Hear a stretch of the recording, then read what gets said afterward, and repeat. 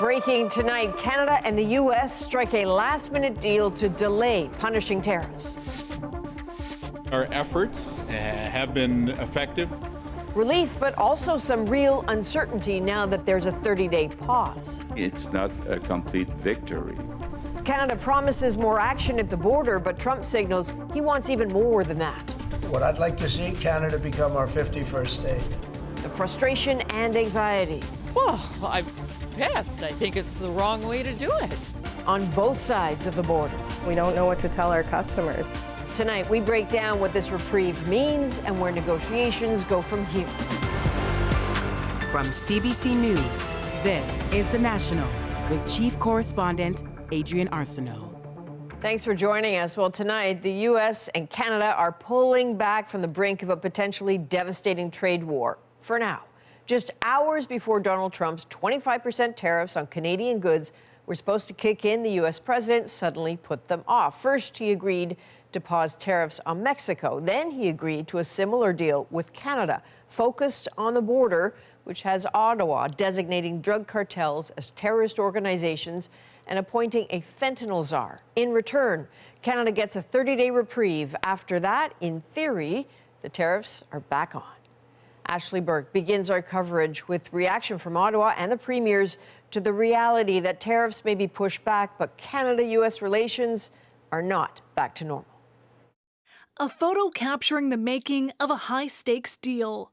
After weeks of tension, a trade war pushed back for now. We are obviously pleased to see this development, but we have more work to do. After his second call with Trump today, the Prime Minister announced online proposed tariffs will be paused for at least 30 days while we work together, and released new measures to appoint a fentanyl czar and list cartels as terrorists, in addition to re-announcing a more than $1 billion border security plan. The President expressed concerns, we listened, but we're working now jointly, hand in hand, especially when it comes to this scourge and this tragedy surrounding fentanyl. The news a relief for premiers, even as they acknowledged it's not over. It gives us 30 days to have better programs, but for me, it's not a complete victory. There still is that threat of tariffs in the future, and so we have a responsibility to continue to take those long-term steps to ensure that our economy is Trump-proof. Two countries used to fighting on the same side pushed to the brink of economic war, the tension coming to a head over the last few days. We will not back down. Those advising the Prime Minister say Trudeau's threats of retaliation are why Trump backed down. If we had done nothing, at midnight tonight, we would have had 25% tariffs on every single goods that we ship to the United States. We responded in a measured way, in a strong way, and it got the president's attention. The entire episode was bluster on Trump's part, says a former U.S. Treasury Secretary. I don't believe you've made a real and significant concession. You wanted to cooperate with us before. This is all just theatrics, it seems to me, of a rather depraved sort. The Prime Minister also said he's launching a task force with the U.S. to combat organized crime, fentanyl, and money laundering, and that he signed a new intelligence directive putting $200 million behind it. So, Ashley, it appears that the premiers, seem skeptical that Canada's out of the woods here, but they're also so far honoring the pause. Yeah, Adrian, Ontario's Premier Doug Ford said he's putting on pause his promise to rip up Ontario's nearly $100 million contract with Elon Musk's Starlink. And he's also holding back on stripping American products from provincial liquor stores. And in BC, American alcohol already pulled from the shelves over the weekend will be put back out for now. All right, Ashley Burke in Ottawa. So let's go to Washington now, where Katie Simpson shows us that while Trump, for the moment, appears satisfied, he spent the day signaling that from Canada, he wants far more. Thank you very much. We have some very exciting news today. The U.S. president's argument, this tariff war is all about border security, deeply undercut by his own words. Donald Trump offering a long list of ways Canada can permanently avoid tariffs, including by becoming the 51st state. If people wanted to play the game right, it would be 100% certain that they'd become a state. but a lot of people don't like to play the game because they don't have a threshold of pain, and there would be some pain. Trump has also said he wants to see Canada increase defense spending, American banks getting greater access to Canadian markets, and for cooperation in the auto sector to end. We don't need them to build our cars. I'd rather see Detroit or South Carolina or any one of our Tennessee. Trump has openly said he wants to use tariffs to generate revenue to pay for his election campaign promises, including tax cuts. And his vice president says tariffs are a tool to end trade deficits. We have to rebalance our trade relationship in this country. Trump even acknowledged it's about more than the border when announcing the tariff pause. Writing on social media, they're going to see whether or not a final economic deal with Canada can be structured. Yet Trump's inner circle still insists this is only about one thing. Where President Trump was absolutely 100% clear that this is not a trade war, this is a drug war. By any standard, it was a roller coaster of a day in Washington, all based on the decisions made by one man. Bien, ustedes? Mexico's president was also able to secure a 30-day tariff pause after she promised to send 10,000 soldiers to patrol the southern U.S. border. Trump has his closest trading partners on edge, and it looks like that will continue to be his strategy. Nobody can compete with us because we're the pot of gold. But when you're the pot of gold, the tariffs are very good. They're very powerful. The president signed a new executive order to formalize the 30-day reprieve, and it says the Trump administration will spend the next month monitoring and determining if it's satisfied with Canada's border commitments. Okay, so that's interesting. But Donald Trump certainly hasn't abandoned all that talk about Canada becoming the 51st state. That's still out there. The language is growing more incendiary. 24 hours ago, Trump said Canada isn't a viable country without U.S. support. And now he's floating the idea of playing games to make Canada a state, complaining that people don't have the pain threshold to go through with it. It's language that is only adding to the tensions at this already very low point in Canada-U.S. relations. All right, Katie Simpson in Washington. Thanks, Katie. Thanks. David Cochrane, host of Power and Politics, has been following in minute detail every step of the way. So, David, Canada has this 30-day pause, but the question is where to go from here. And, you know, that's a very good question. I mean, they have to get this deal, this agreement in place. They have to keep reminding the Americans of the costs of this agenda should the president pursue tariffs when the 30-day ends. So there's some relief on this delay, but no real assurance that this is over. But 30 days without economically crippling tariffs is better than 30 days with economically crippling tariffs. These would push the country into a recession, take about $84 billion off your GDP, push unemployment up to 10%. They've avoided that for now for the relatively bargain price of about $1.5 billion. But it only bought them 30 days, Adrian, for sure. So the demands, the asks shift. Now Donald Trump is talking about getting a final economic deal with Canada. What is that? Yeah, I mean, the legal instrument that he used to threaten tariffs, the emergency powers, the pretext was that this was about fentanyl. But he talks about reshaping the economic deal, trade flows, fairness, all of these things. And that's the concern, is that his real goal, to reshape the continental trade relationship to his liking and his satisfaction?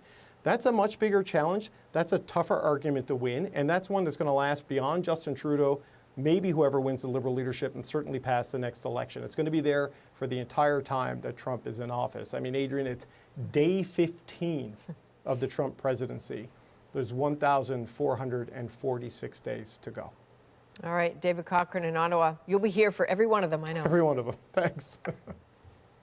So you just heard David say that Trump has repeatedly used cross-border trafficking of fentanyl to justify his tariff threat. And now Canada has responded with the promise of a fentanyl czar. But how big of a problem is the movement of fentanyl?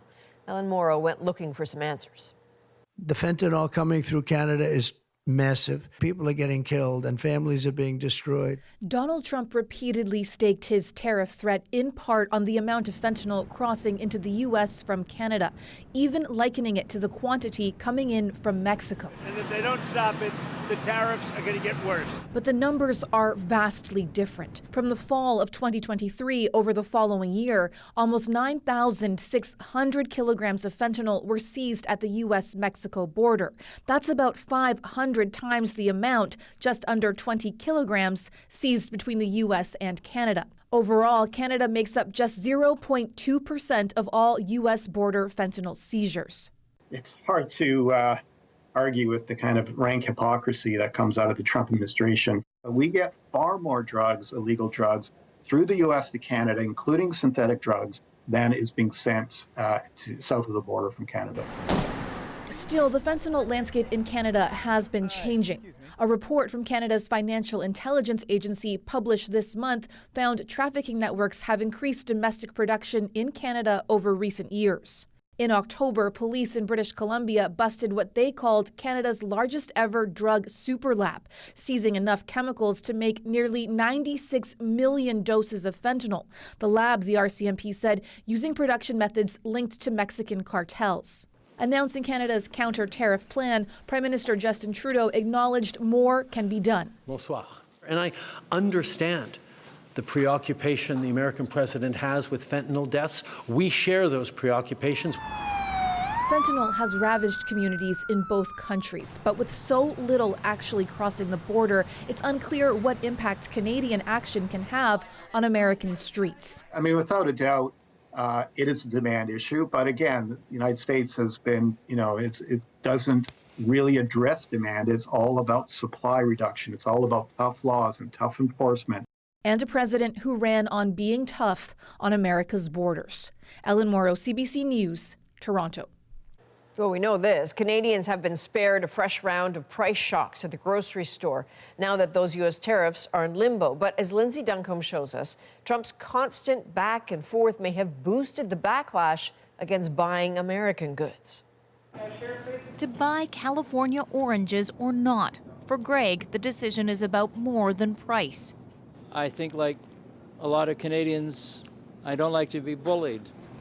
And the pause in tariffs won't change how he shops. So, every few hours we hear new announcements about they're on or they're off or they might be or this rate or that rate. So, to heck with that. Like, who are we? What do we want? Why should there be a Canada? Do we care enough? The immediate threat of higher costs may be on hold, but for shoppers, grocers, and food producers, it just means continued chaos and anxiety. It's kind of like the executioner has just delayed dropping the knife, right? And so you still, the uncertainty level is deferred, but still very high.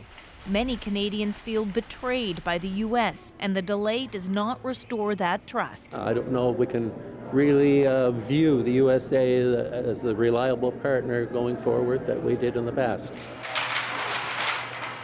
Not everyone, though, has the privilege of shopping with their emotions. Canadian products often cost more.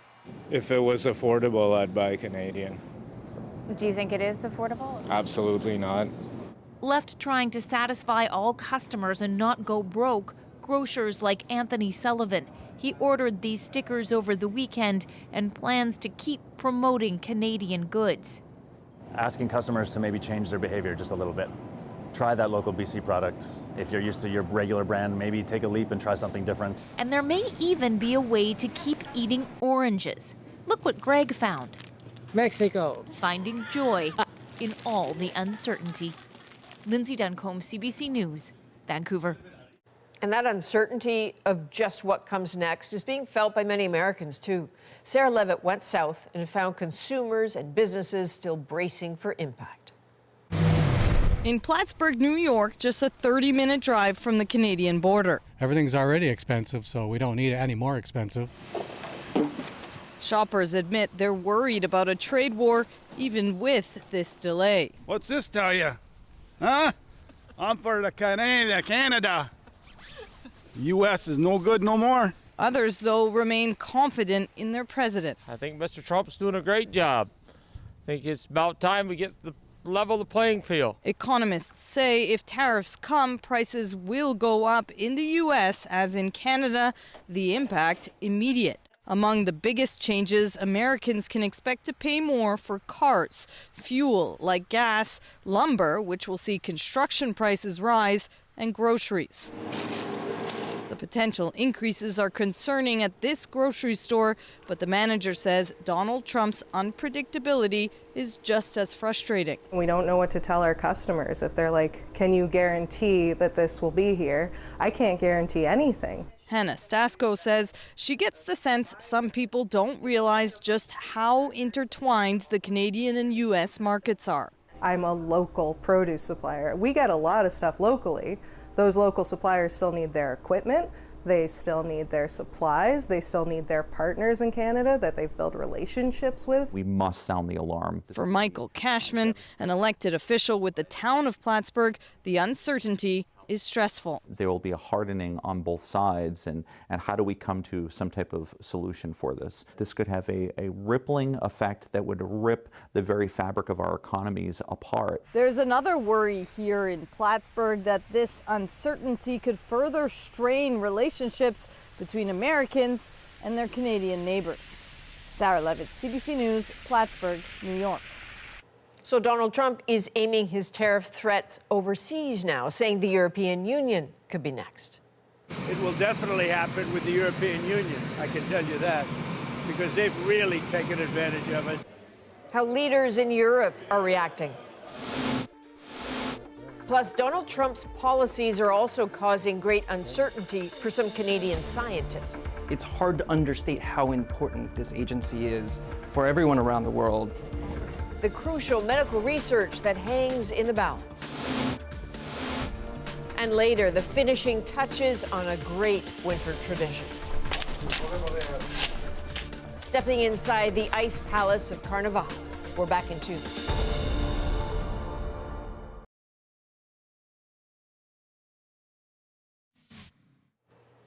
A look again at the call that led to tariffs being shelved for now. Justin Trudeau speaking with the U.S. president for the second time today. The conversation, about 45 minutes long, described by Donald Trump as going very well. Well, the tariffs may be on hold for Canada, but Trump is now taking aim at the European Union. Senior international correspondent Margaret Evans on his latest threat and the reaction from another key trading partner. Ready or not, here he comes. That was U.S. President Donald Trump's message overnight, making it clear that the European Union should expect the same treatment on tariffs as Canada. It will definitely happen with the European Union, I can tell you that, because they've really taken advantage of us. The U.S. is the European Union's largest trading partner, the EU selling more goods to the U.S. than it imports. Trump calls it an atrocity. Arriving in Brussels for an informal summit Monday, European Union leaders were bristling. I think that we have to do everything to avoid this totally unnecessary and stupid tariff wars or trade wars. If we're attacked on trade topics, says the French President Emmanuel Macron, Europe has to make itself respected and react. Across town at NATO headquarters, Secretary General Mark Rutte was grilled on unity within the military alliance. Our two members, Canada and US, are on the cusp of a trade war. Do you fear the alliance is unraveling at the most fragile of times? I'm absolutely convinced we can deal with these issues, and there are always issues between allies. Trump seemed to indicate that Britain, now outside the EU, might win a reprieve because he gets along with the UK Prime Minister Keir Starmer. Prime Minister Starmer has been very nice. We've had a couple of meetings. We've had numerous phone calls. We're getting along very well. Starmer, who joined EU leaders in Brussels for what he hopes will be a post-Brexit reset for relations with the EU, says Britain can enjoy strong ties with both the US and the EU.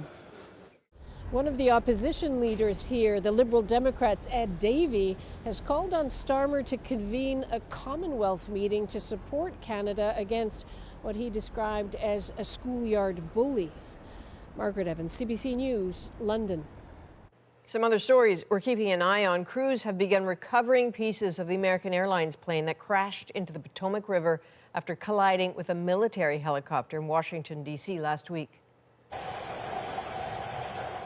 Those are cranes on Navy barges retrieving a large portion of the jet's fuselage, along with one of its engines. It's expected to take several days to remove all of the plane wreckage. Then crews will turn their attention to recovering the chopper. 67 people were killed in the crash, the deadliest the U.S. has seen in decades. Please remain seated until further instructions by the captain. And those are some of the frightening moments on board a United Airlines flight. The plane was about to take off from Houston when a fire broke out. The FAA says the takeoff was safely aborted after a reported engine issue. Mercifully, no one was injured. And you're looking at Greece and a steady stream of people boarding ferries and trying to get off the popular island of Santorini. More than 200 undersea earthquakes have been recorded since Friday. Authorities have closed schools and deployed emergency crews, but so far no damage or injuries have been reported. Well, Donald Trump has given Canada a pass on tariffs for now, but there's still anxiety about what comes next. Like, how many times is a small business supposed to pivot? How one small family business is navigating the uncertainty. Plus, what needs to be done to find a permanent solution, and how can Canada protect itself in the future? We'll ask two members of the Prime Minister's Council on Canadian-U.S. relations. The National breaks down the stories shaping our world. Next.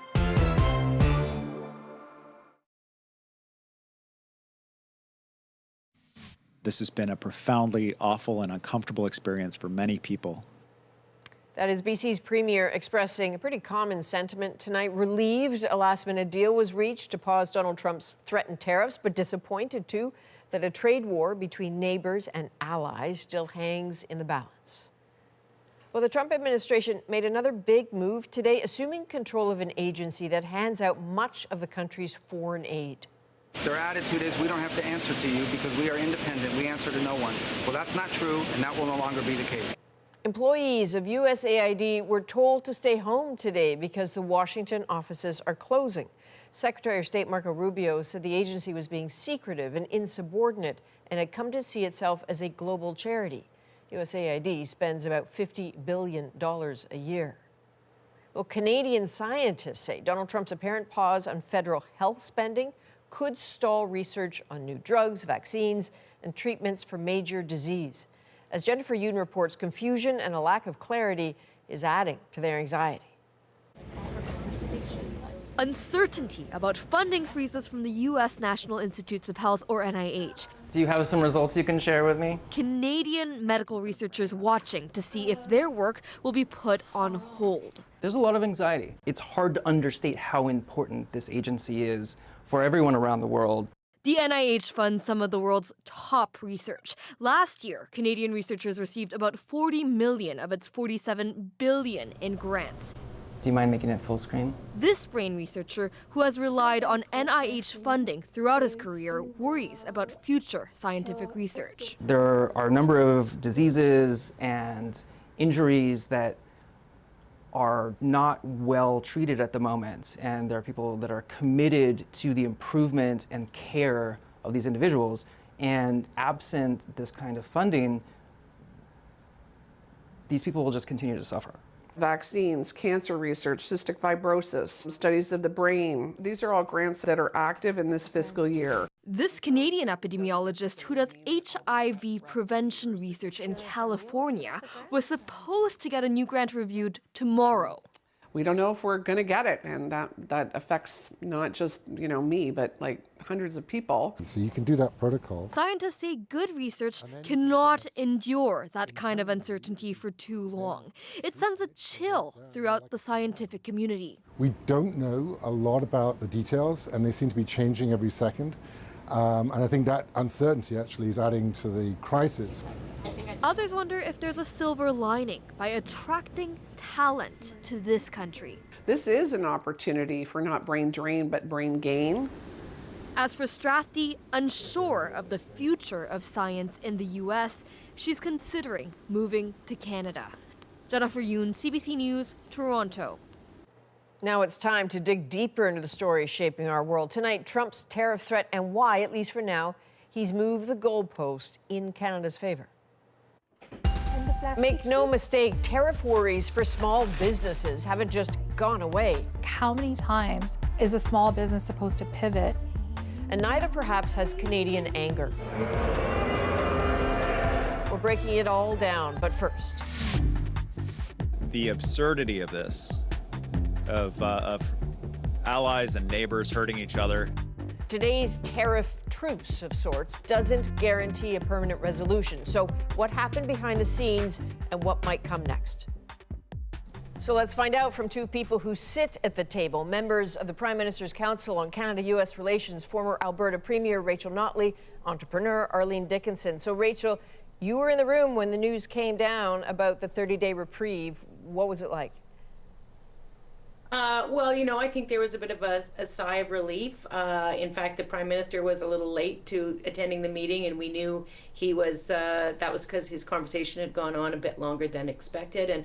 And I think folks were hopeful that that was for a good cause. So, yes, there was a bit of a sigh of relief and you know, gratitude expressed to everyone who's been working on this, including, of course, the Prime Minister, his staff, the Cabinet, the many premiers who've been working hard, and other folks, opinion leaders across the country who've been reaching out to folks south of the border. So, but at the same time, there was almost at the same time, that sigh of relief was followed by people going, okay, well, we have to carry on because this is only a reprieve and this gives us more time and we need to keep the momentum going. Well, I think the whole country it was interesting when you said a bit of a sigh of relief, because I don't think anybody in the country thinks this is over. And I'm curious, Arlene, what do you think a 30-day reprieve means for businesses that are looking for stability right now? Well, I think this is a chance for businesses to figure out what they're going to do in case this isn't a long-term fix, but we actually have to go back to the table again, which we're going to have to do in 30 days. So now this is a chance to think about supply chain management, how they're going to manage their businesses moving forward. It's a bit of an opportunity to ensure that they're more ready than they might have been given the immediacy of what was happening. So businesses are preparing for the next step, and I think that time is going to be very well spent, and we can't waste the opportunity to focus on getting this right. I'm curious, Rachel, you know, we've seen the goalposts move constantly here, right? It was fentanyl and migrants. Today we heard talk about the banking system, and then crucially, of course, this 51st state conversation. What do you really think is the end game here? Well, you know, I don't profess to be in the mind of the president, but I think that, you know, when someone tells you who they are, you should listen. And I think that the message that we should get is that we need to be concerned about our economic sovereignty, as well as other elements of our sovereignty in addition. And we need to understand that the rules that we've been relying upon to build our economic structures and other institutions, cultural institutions, other institutions across our country have changed. And so what we need to be doing is thinking about how we unite and make ourselves stronger and more resilient to these kinds of threats, while continuing, of course, to maintain dialogue with folks across the border in the hopes that we can still maintain good partnerships and grow good partnerships. But at the same time, we have to be a little bit lazy in terms of, or less lazy in terms of just assuming that that's always going to be the way it was. I hear the concept of what you're saying. I'm wondering if we can get specific, though, because the last few weeks have certainly reminded Canadians that this country needs to be future-proofed, right? To be strong and not complacent, as you say. So one of the questions that we've been getting persistently for the last few days is, why are the interprovincial barriers so difficult? You were a premier. I mean, is there a mechanism by which the premiers can get together and say, this is stupid, let's just erase these? Well, you know, at the end of the day, I think what has to happen is that regular folks, regular voters need to care about those issues and tell their elected leaders that they're willing to move on them. I mean, aren't they I doing did say that right those- now? Like, isn't that exactly what you're hearing from Canadians right now? I don't know that it's top of mind for regular voters. It's top of mind for business leaders and for people who are aware of the downsides to these things. But it's not necessarily for regular voters. So, I mean, I literally sat around the table. I mean, Alberta, I need to put it out there that Alberta probably has the fewest number of barriers of any province. We've adopted the sort of open border approach on many issues some time ago. But at the same time, I watched as certain, when we would have these conversations at the table where certain conversations would sort of go right down to, you know, how many cases of beer could be in the back of someone's trunk as they were driving across the border. And those folks were not having those discussions out of out of a love for those rules, but they were doing it in response to concerns of their voters. And so we need to decide whether there are other things that are more important to us. On a broader basis, and you know, Arlene will roll her eyes because I talk about this all the time at the council, but on a broader basis, we have to think about why it is in Alberta we're selling our oil and gas at a discount south of the border, and we can't provide oil and gas to the people of Ontario without it going through the U.S. And is that a good way to build a country? I say no, especially under these circumstances. Okay, so I hear you talking pipelines and among other things, but Arlene, if I go back to the interprovincial barriers thing, because I really think that is sticky for Canadians right now. I really think that they are coming to grips with just how crazy some of these rules to them appear. Would removing some of those barriers do anything tangible for this country's economy, or is that like a feel-good thing? No, first of all, Rachel, I'm not going to roll my eyes because I completely agree with you, and I'm glad that you continue to bring it up. I think it's very important. The interprovincial trade barriers coming down would actually have a real material impact on Canadians' wallets. Right now, you don't feel it because it's not like you're seeing that charge on a bill somewhere. But if you do feel it, as Rachel said, when you try and transport a bottle of alcohol or ship a bottle of alcohol, people notice it right away. But this is meaningful. This would actually have an impact of up to 22%, is the numbers that I have heard, in terms of a change in the dollars that are costing Canadians right now. So yes, it would be meaningful, and yes, it's important, and yes, Canadians should stand up and speak to their MPs and speak to the members of Parliament, to everybody in government that they can, to say we want these down now. There is no purpose for them, there is no need for them, and it's time to remove them. So about 15 seconds to each of you. One last question. As the anthem says, right, Canadians are still on guard for this country right now. What's your sense of what they should do in the days ahead, Arlene? They should continue to choose Canadian. They should continue to stand up for what they believe in and worry about our sovereignty. They should travel Canada, they should buy Canada, and they should support and invest in Canada. And Rachel?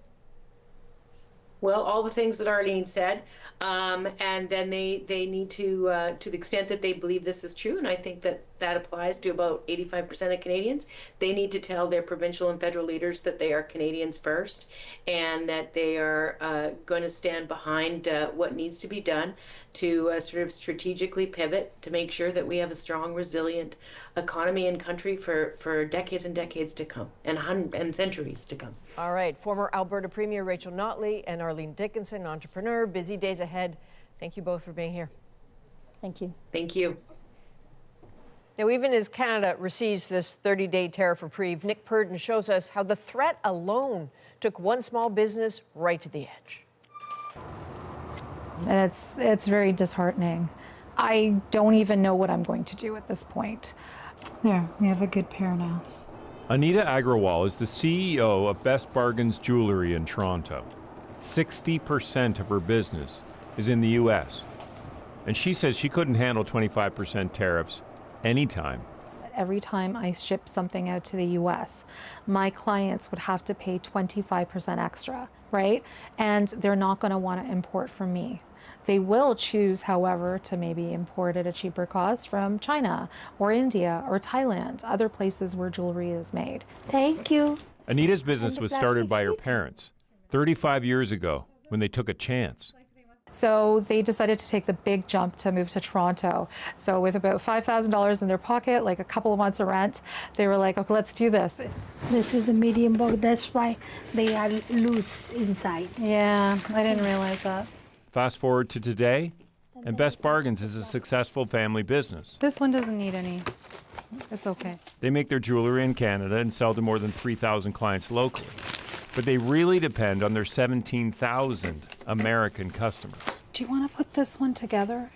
Anita has always worked for the company. She started when she was 14.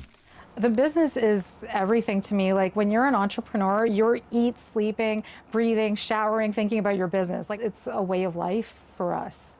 So yeah, it hasn't been an easy road. So it takes a long time to figure out your niche. Anita tells me the threat of tariffs isn't the first challenge her family has faced. 2007 happened. The financial crash happened. We had to pivot, okay? At that time, I had subsidiary offices in other countries. I closed shop. Then you had COVID. We pivoted again. Like how many times is a small business supposed to pivot? When Anita heard tariffs were coming, she decided to make one last big sale in the United States. Sorry, I'm actually really... So for 30 years, we've been going to the largest gem show in the world. This is my last time going. I exported as much as I could to the US, and I actually advertised for it because I don't know what's next. Even though the tariffs are on hold for now, Anita's still selling off everything she can. She says this uncertainty hurts Canada. 70% of people in this country are employed by small and medium businesses. They're not employed by large businesses. Businesses like Anita's, who employs 10 people full-time. And as terrible as it is to have her family company threatened, she actually has a bigger worry. You know, I hope the entrepreneurial spirit doesn't die. That's what worries me the most. Like young people, I mean, you know, we think about invention, we think about creativity. All of that is required in entrepreneurship. And it really breaks my heart to know, that young people might not be able to pursue that, right? Entrepreneurship is a great avenue for immigrants like my mom and my dad. I just hope that spirit doesn't die because we have such great minds in Canada. Anita's business survives for now, but in a month? This looks like a good pair. It's quite matched evenly. So Nick checked in with Anita today. She is at that big trade show in Arizona right now. Coming up, even with a 30-day pause, the prospect of Trump's tariff has had Canadians voicing their displeasure with our ally to the south. Oh, say, can you see? Thomas Digg breaks down the national mood next.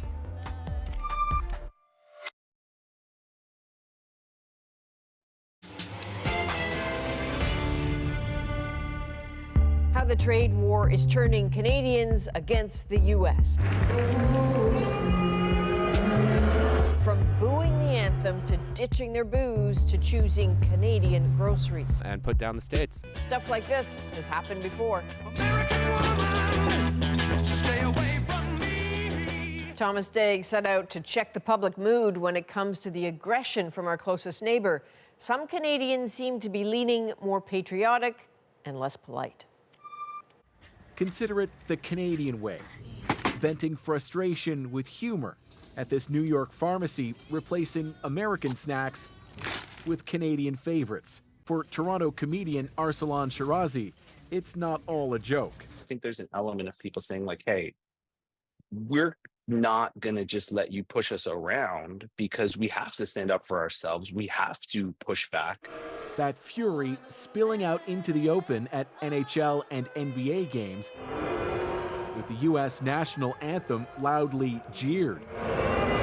Meaning a country that famously prides itself on being polite feels deeply slighted. I think people are disappointed. And obviously it's ramped up to a point that we haven't seen maybe ever. Just ask any Canadian outside Toronto's U.S. consulate. You'll get an earful of patriotism mixed with anger. I'm pissed. I think it's the wrong way to do it. It's our closest ally. It's ridiculous, actually. This plaque thanking Canadians for their support after 9/11 is a reminder of how close the relationship between the two countries has been. But historians can name other low points like this. The Star-Spangled Banner booed in Montreal in 2003 as the U.S. pressured allies to join the invasion of Iraq. Canada memorably declined, exposing cracks in what had been a mostly stable relationship since Confederation. That sparked a kind of emotional response that we're seeing similar to today, where a lot of Canadians are like, hey, stop bullying us, stop trying to kind of push your views on us. He points to this Guess Who classic. Written as a protest song and released amid strong anti-American sentiment in Canada over the Vietnam War. There's always been this undercurrent of kind of conflict and cooperation that's been going on. And Canadians have had to deal with the United States in a way that most other countries do not. This time, the patriotism is erupting with calls to buy Canadian, and the maple leaf seen on social media a lot more than usual. I think that comes alongside a bit of an anti-American sentiment, a frustration that our closest neighbor and trading partner has decided to treat us this way. Oh, Canada, our home and native. In a new twist Monday night, Nashville hockey fans booed "O Canada." So while the trade war may be on pause, tensions still simmer. Okay, so as Thomas showed us, Nashville fans did boo the start of O Canada, but that quickly subsided apparently, and people on social media note that they cheered the singer at the end. So here's another story we're working on. Katie Nicholson on how Donald Trump's policy changes have some trans people in the U.S. looking north. To qualify for asylum in Canada, you must prove a well-founded fear of persecution based on race, religion, nationality, political opinion, or membership in a particular social group, which includes LGBTQ+ people. Is it weird, I mean, to sort of be thinking about leaving America, to have considered that? It's so dystopian. We're living the Handmaid's Tale. Like, how is this the United States of America? Words come out of my mouth, and in my head, I'm like, this can't be real. This can't, right? It's so bizarre. How are you and I having this conversation about seeking asylum in Canada? We're in the United States of America, the most powerful country in the world. And its citizens are looking at asylum in other countries. Make it make sense. You can watch Katie's full story on The National in the coming days. Well, coming up, how about some truly Canadian content? Do you ever get cold? No. Some days a t-shirt. The finishing touches on Carnival's famous Ice Palace. That is next in our moment.